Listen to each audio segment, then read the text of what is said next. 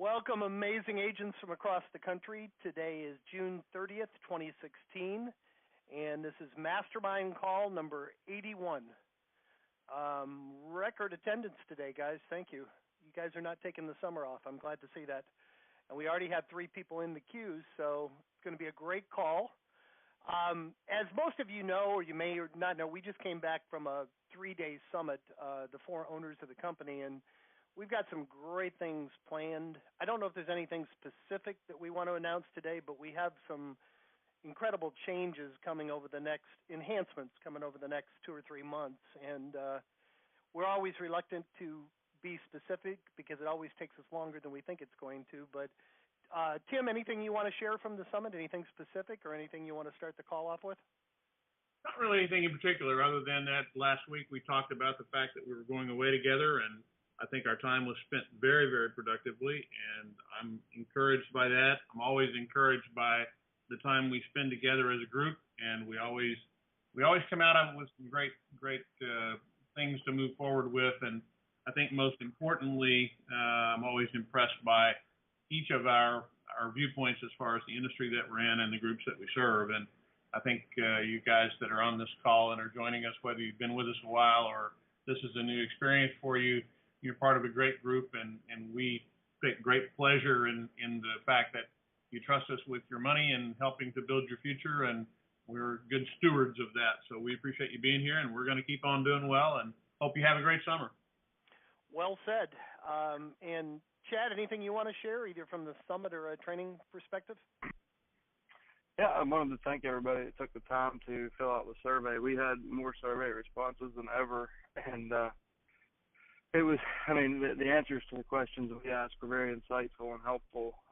What I enjoyed the most about it was is there anything else you would like to tell us at the end? So many people were just amazingly complimentary, and we always love to hear that stuff, guys. And there were a couple of frustrations based around things like having another CRM, and you can always just download your leads and use your own CRM, but just understand, we're trying to appeal to everybody and make this as easy as possible for the majority.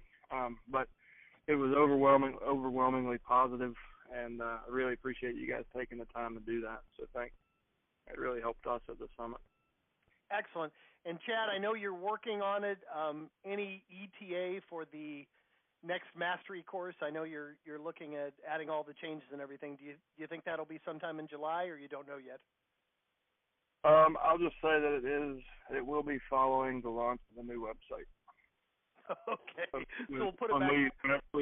Because the reason, guys, that the mastery is delayed, just for those of you, I know a lot of people are waiting.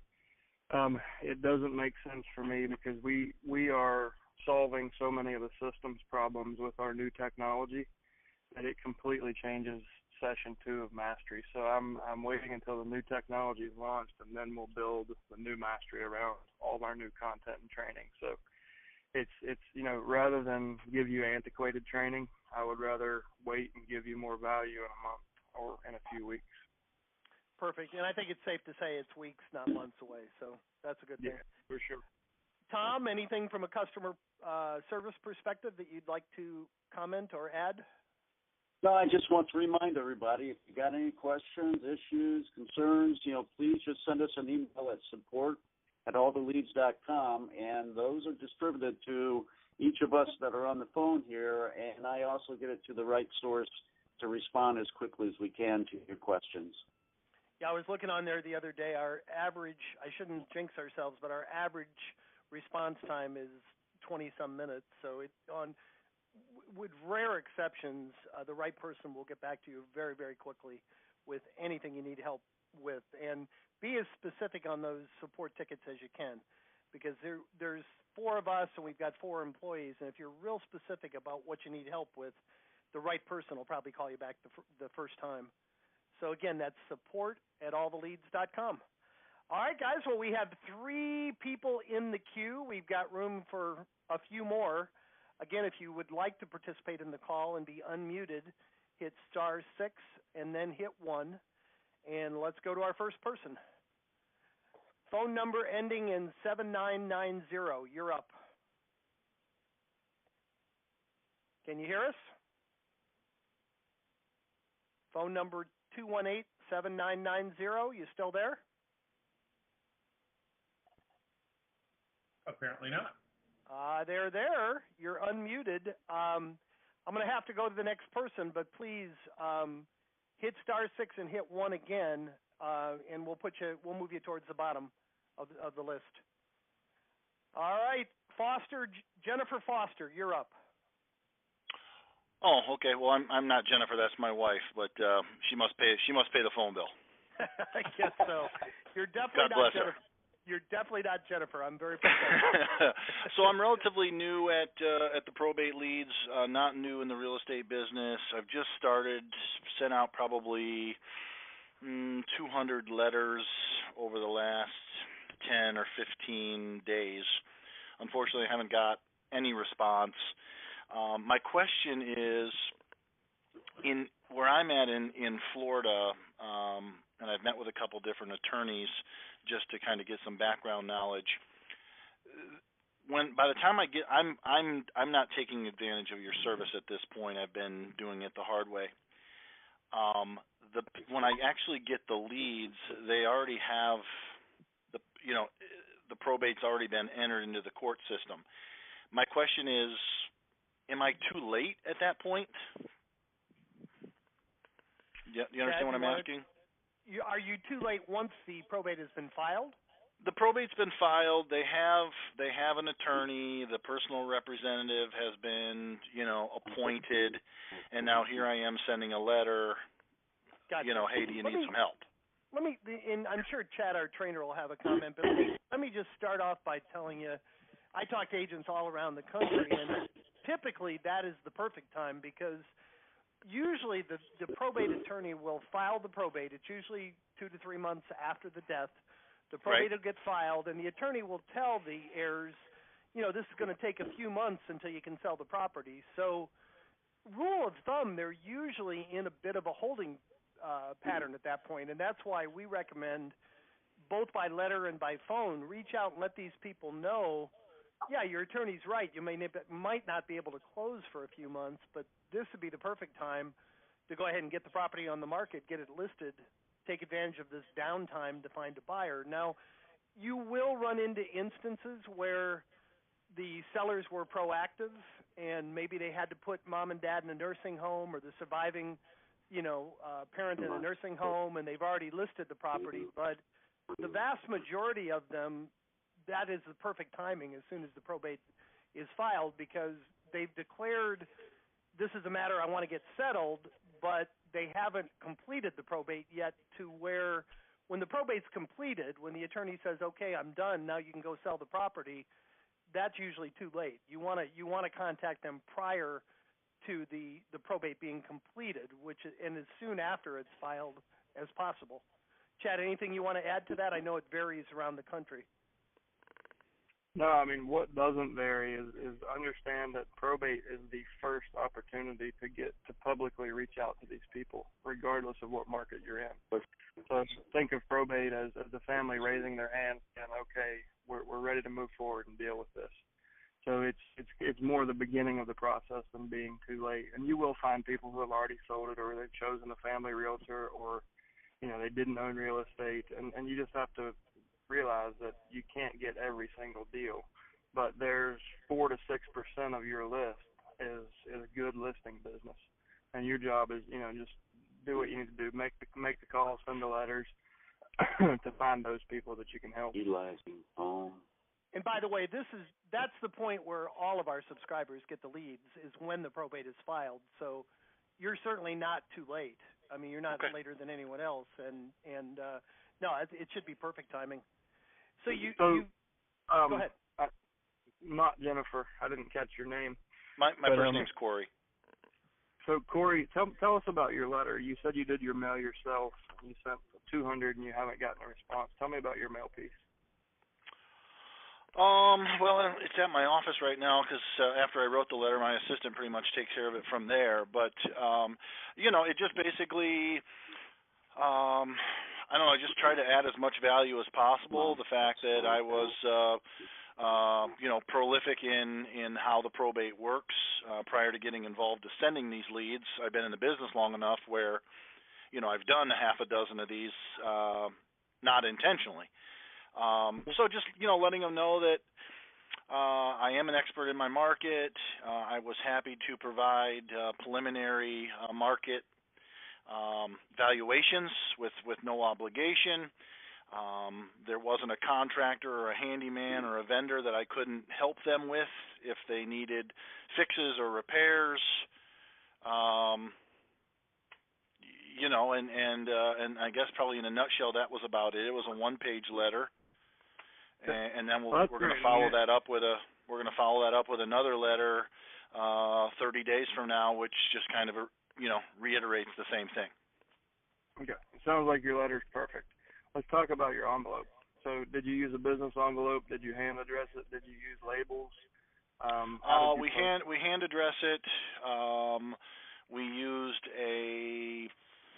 I guess it was a business envelope, but it was like a linen, a little prettier than your normal. Yeah. Okay. Well, we definitely have found that the greeting card envelope works best. When I first started, I was using a mail house to fulfill my mail with a hand address, and it was an A10 business envelope, and I would use different pastel colors.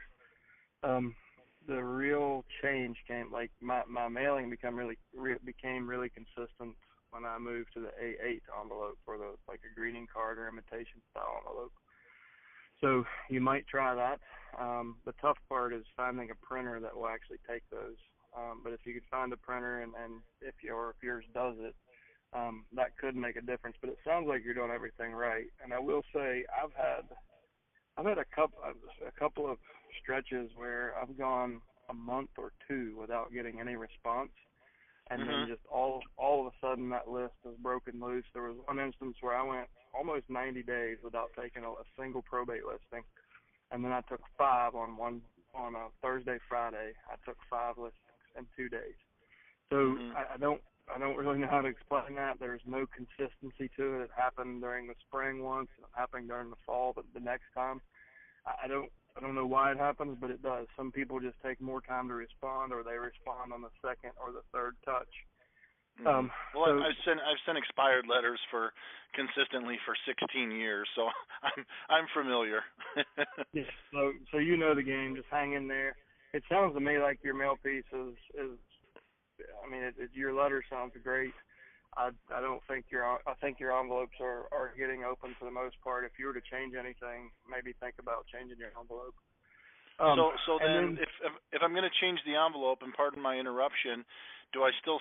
I mean, because that envelope is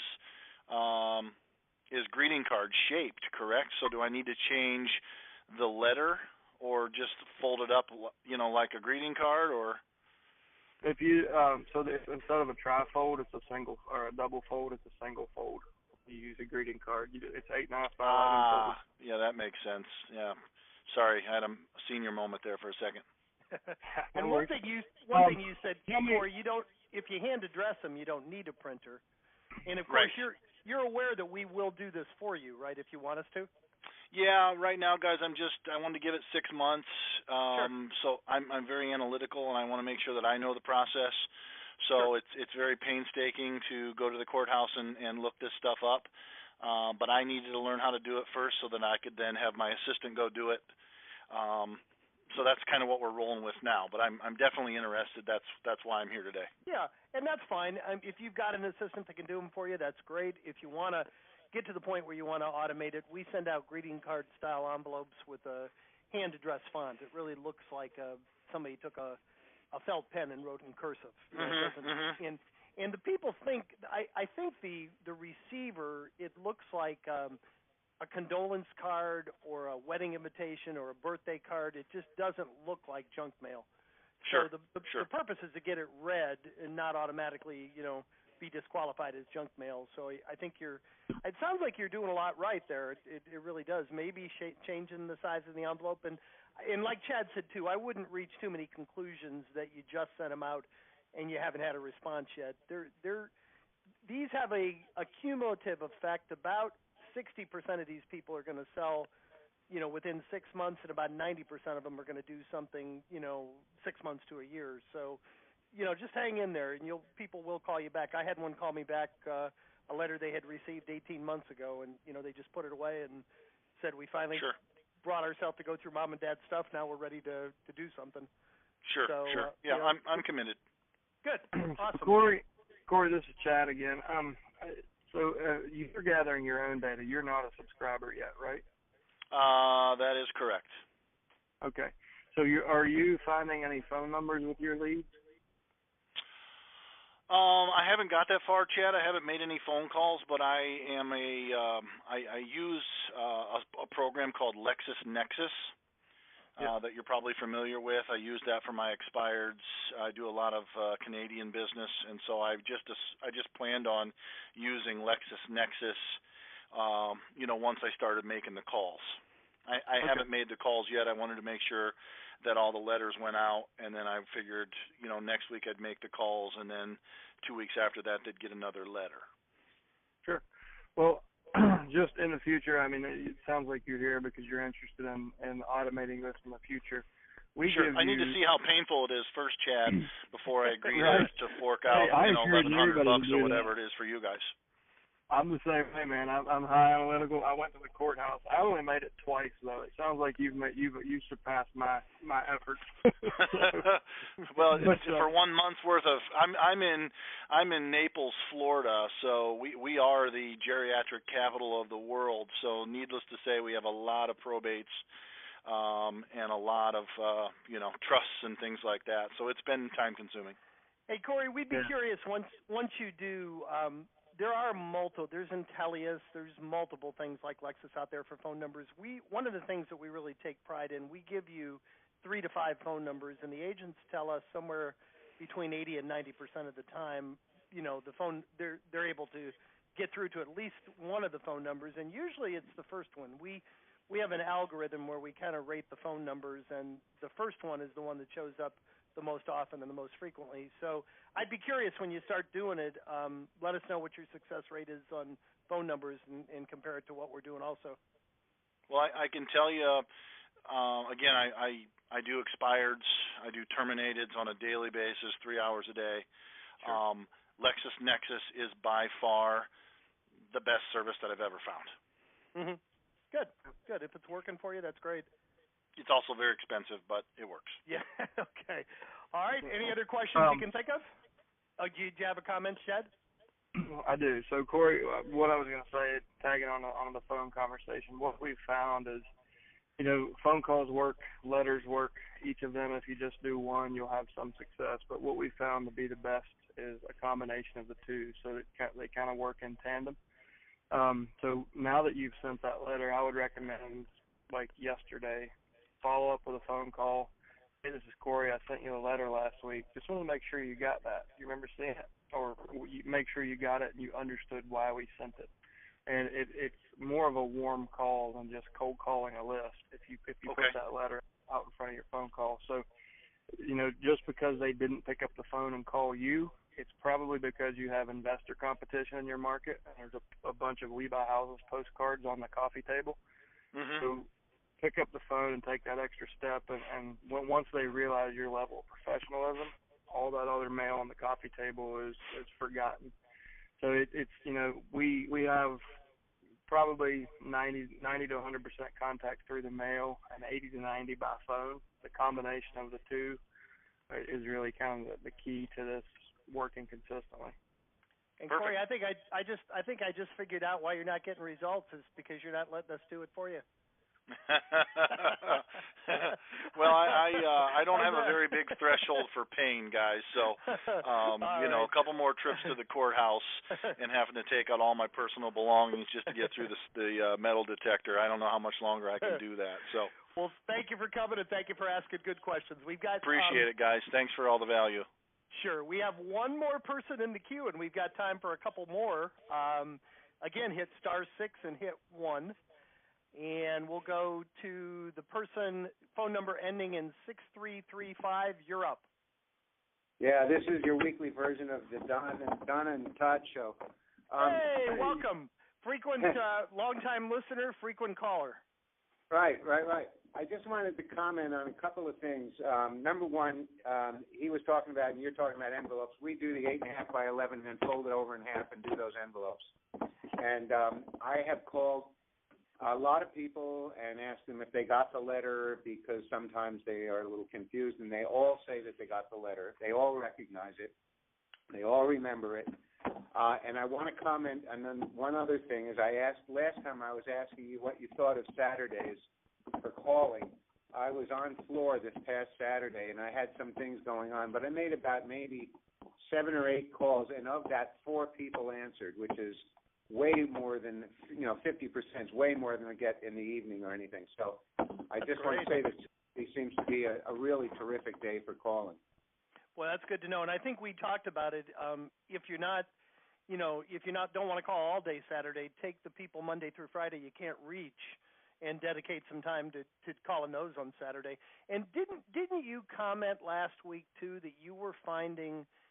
By the way, you're just the opposite of the last caller. We're doing everything for you, and so that's great. I appreciate the the feedback. But I think you said last time that almost all of them, the first phone number, you were getting through to them. Is that right? The first phone number seems to just about always be correct. The other phone, I keep calling the other numbers when we don't get an answer, when we don't get a machine on the first one, but usually the first phone number is correct. That's great. My partner Tim has done a remarkable job with that. The first phone number is the one that shows up the most often and the most recently. And by the time you get to the 4th or 5th one, we give that to you just in case. You can't reach them on, and sometimes the 4th or 5th one will be a relative or somebody else who lives at that address. But yeah, start with the first one like you're doing, and that's great that you're getting. Tim, I got to tell you this. So I called these people on Saturday morning. Sure. And I left for one of the people. I said, you have a probate activity going on, and I'd like you to return my call. And this woman called back and left me a message because I do history tours at the Lighthouse on Saturday afternoons. And she called me back later on, and she said, "How did you get my number? That's an unpublished number. That should not have been." So I said, "Geez, these are good numbers." Yeah.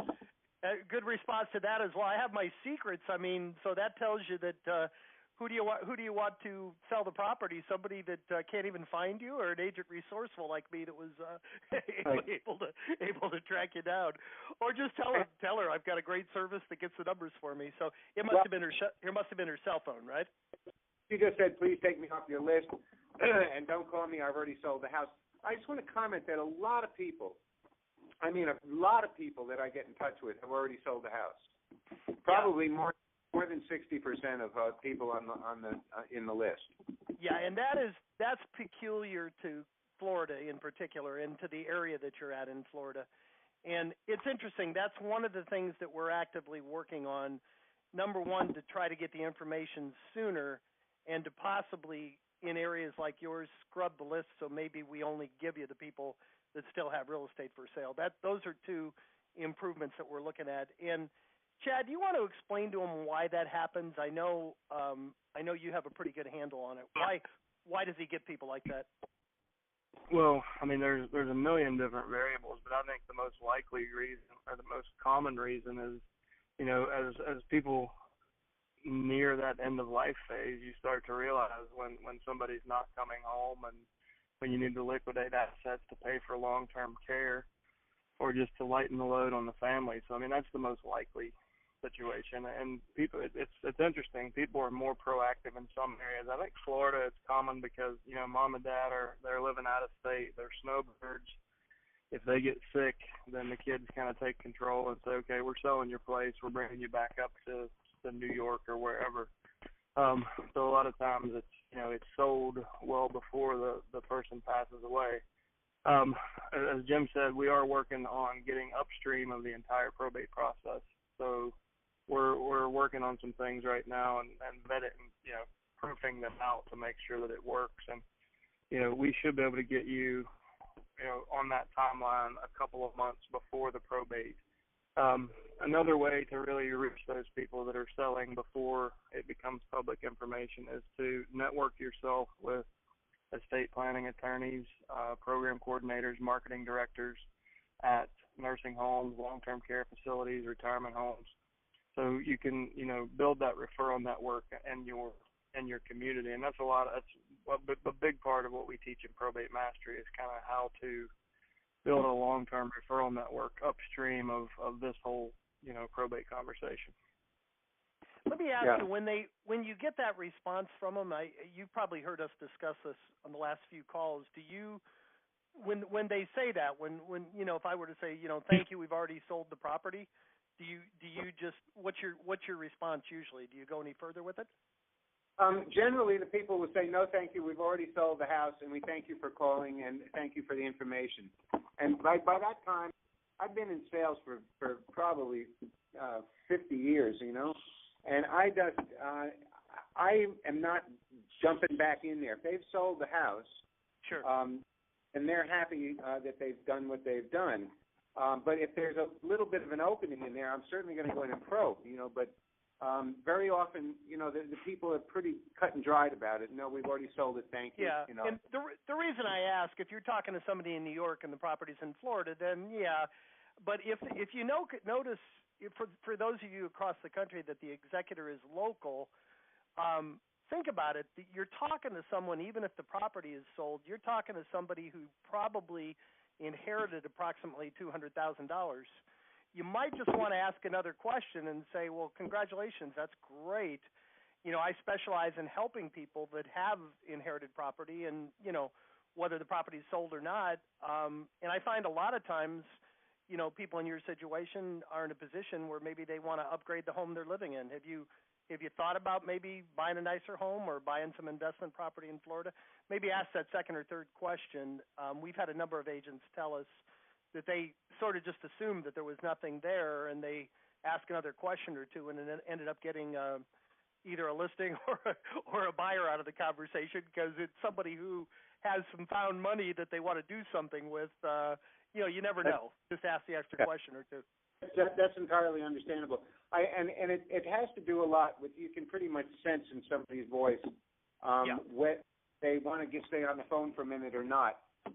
But you're absolutely right. You never know. I remember the first time when I was a financial advisor way back in 1983, my first call I made to my first person that was potentially a client, she finally answered the phone. She said, just call me another time. And when I called her another time, she said, yes, please come over. I went over and she said, I'm sorry I was rude to you, but the phone was ringing. I got out of the shower. I ran in to get the phone. I tripped over the cord. I fell on the floor, and by the time I got you on the phone, I was just so she was the first I ever sold a product, $100,000 out of her for an annuity. So, well, that's great. So you do know anything about those things, yeah. Yeah. Thank you so much, guys. We're right at 30 minutes. Tim, did you have any comments you wanted to make, or are we good? No, I think we're great.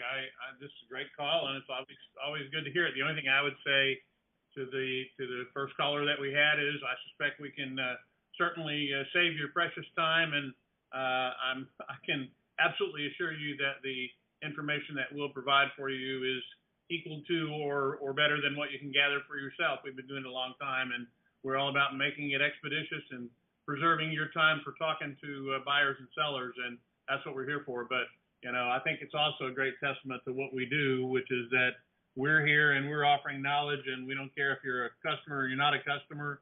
We're here to try to serve the community, and that's what we do for a living. So thanks a lot for being here. Well said, guys. Thank you very much for showing up today. I always like to end these calls by, number one, remind you, customer service at alltheleads.com if you need help with anything. And I always like to, finalize the call by saying, take one idea, one thought, one thing that, kind of inspired you on today's call. Take one idea and go out and put it into action, and come back next Thursday, like our last caller did today, and share your results with us. We appreciate you guys. Thank you so much. Make it a great week, and we will talk to you next Thursday.